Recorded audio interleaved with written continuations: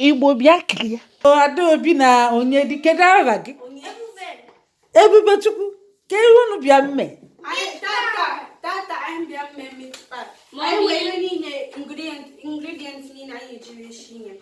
So anyị emedo onye tata. So anyị nwere akwa, anyị nwere nnu, anyị nwere mma anyị na ibe ndị ọzọ anyị ejiri eme. Anyị nwere evaporated milk nye na butter. You know, flour. Wow! Unu ga-emechi eso unu. Yes, I am. Unu maala eme? I am a Ngwanụ ka anyị kilie enu.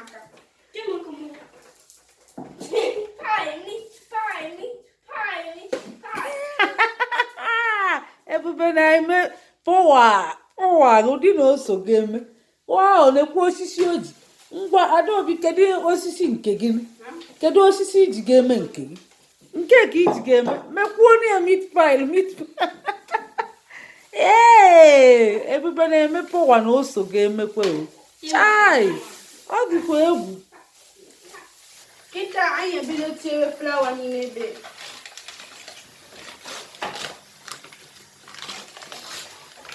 Anyị emego flawa. Ebe flawa anyị na-use bụ self-raising flour. Maka onye nye ya aka ka o nwee shape.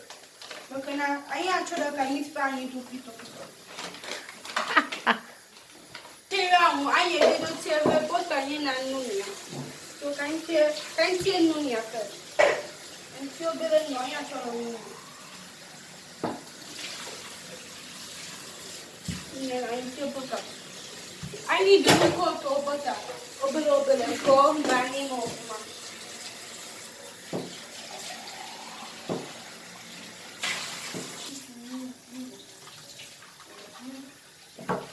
Anyị akọtugo bọta. Anyị esi nwe n'ime.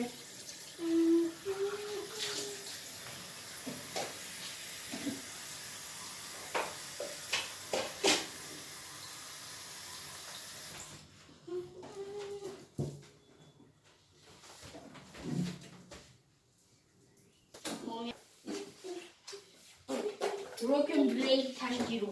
I have been to evaporated milk in your aqua. Can you evaporated milk first?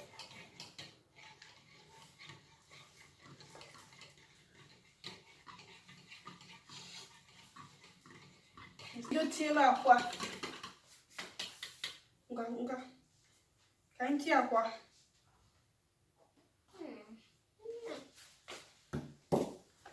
Then to your area. Mmiri anyị tinye obere anyị na-amụki ya ka ọ dị mma ngwa tie ya ebe niile. Anyị emechaghị anyị agwakọchaghị. So now anyị ebido tiere ire ya, anyị mee ya ka ọ dị flat shape ka anyị bido tiere sauce ya. Ọ na-ajọ ka factory. Ebe ọ bụzi factory biko. Anyị emechigo tray ndụ na-abụ.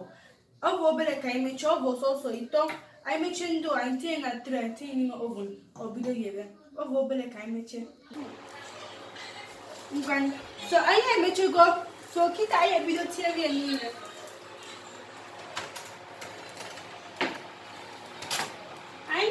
Anyị tinye n'elu ebe ọ ebido gbawa ọkụ. So anyị